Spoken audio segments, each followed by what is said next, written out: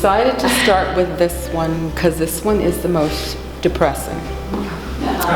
Excuse me, everybody, but you know, life ain't always sweet and pretty. So this one is called Sleep, Pretty Darling, Do Not Cry, Mother and Child. And I hope that you can see that they're sort of buried under the earth. I'm laughing, I should be. These two pieces are exactly the scale of twin beds. And so part of the theme of my work is this loss of home, loss of country, loss of possessions. Yeah, I guess it's all about loss. But there's something here about hope, and for me, hope is the sparkly crystals. These are Swarovski crystals, and like the spirit in a sense. And I don't want to be too literal about it, but there's this emergent energy. You know, this energy that'll get transformed, even though there's been this, you know, challenging, horrible situation. So it rises up from the ground. But here's this a human interconnection with nature. With nature, yeah. But perhaps out of a tragic consequence, which is again through the Eastern European connection. Exactly. And part of that is really you're really starting with your grandparents' story. What happened to them? Do you want to? Yeah. So maybe in a nutshell, my family, both sides of my family, my mother's and father's sides, they were shipped to, and I don't know if anyone's familiar with this, but when Stalin invaded Poland, Hitler invaded Poland from one side, Stalin invaded Poland from the other side. Stalin basically took the population, most of it, and put them into slave labor camps or concentration camps of a sort. I won't go into all of it. They survived. They ended up being in refugee camps over, I guess, 5 continents. They were in Iran, they were in Africa, they were in England, and finally in Canada. And eventually in Canada, they were able to buy a home. Your work is full of multiple elements and details and layers. Yes. And we can sort of start to dissect a few of the layers. Right. So maybe we'll talk a little bit, because I want to bring it back again to how there was hope in these camps.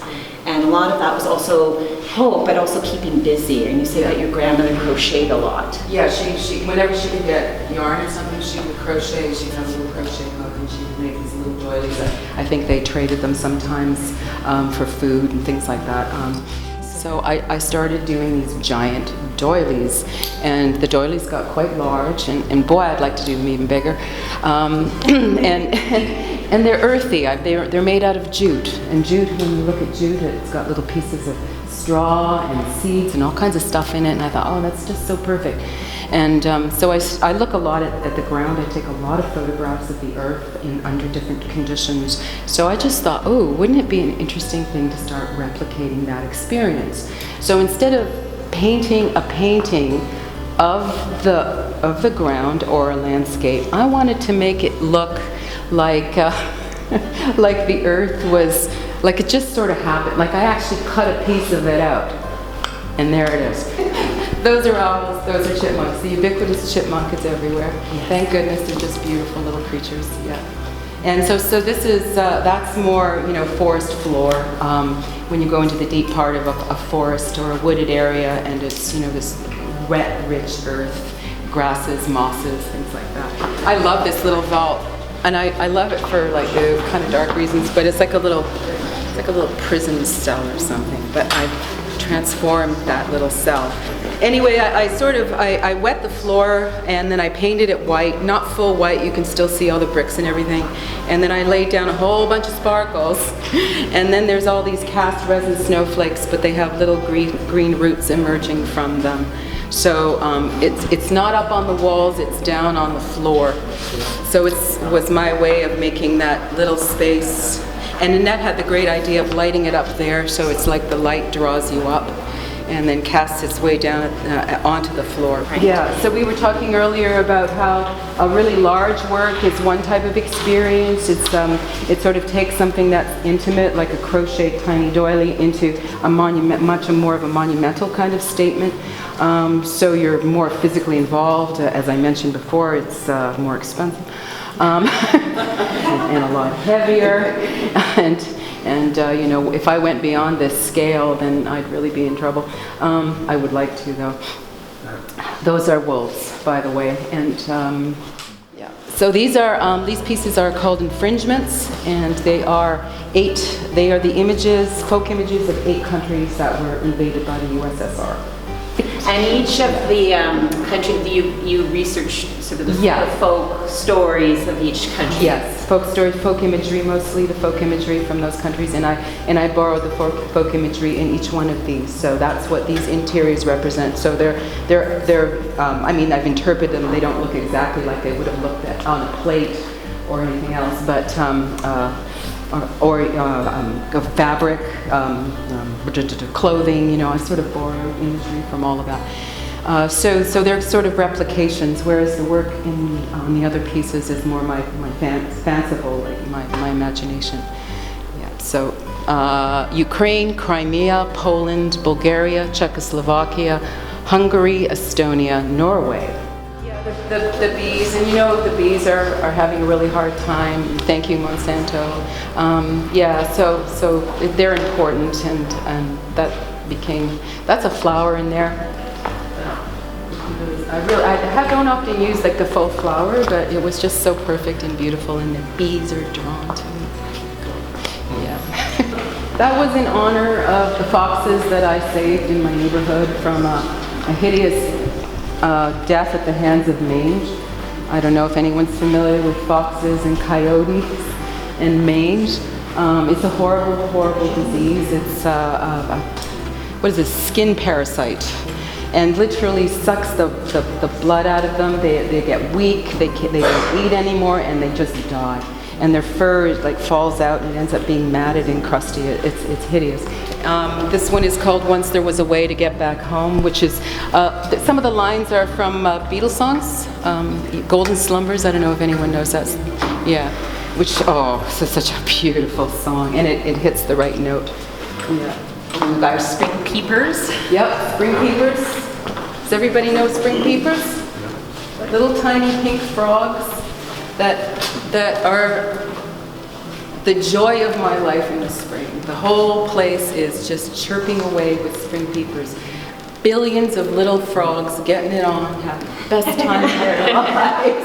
Oh, and you go out there by a swamp, and literally the sound is so intense that your whole body is resonating with it. It's just the best experience. Yeah, so I love spring peepers. That's okay. Everyone always asks you, what's your favorite painting? Oh, okay, tell us your favorite. That one. Spring peepers. No, I mean, I love the foxes too, but this was my last painting. Your last painting's always your favorite. During installation, we call these the triplets. The triplets. Well, the triplets over here. Tell us about the triplets. Well, the triplets, as you can definitely see, it's snow. Definitely snow, and the snow is covering the doilies. And the animals are squirrels, chickadees, and fishers. And people look, oh no, fishers. Fishers, we need carnivores, people. We really do. And they're actually a really beautiful creature. I've run into a couple of them walking in the woods, and they're like land otters. They literally move across the land in this sinuous manner. They're so beautiful. Anyway, those are fishers. So I want to represent them all. You know. This is in honor of snow.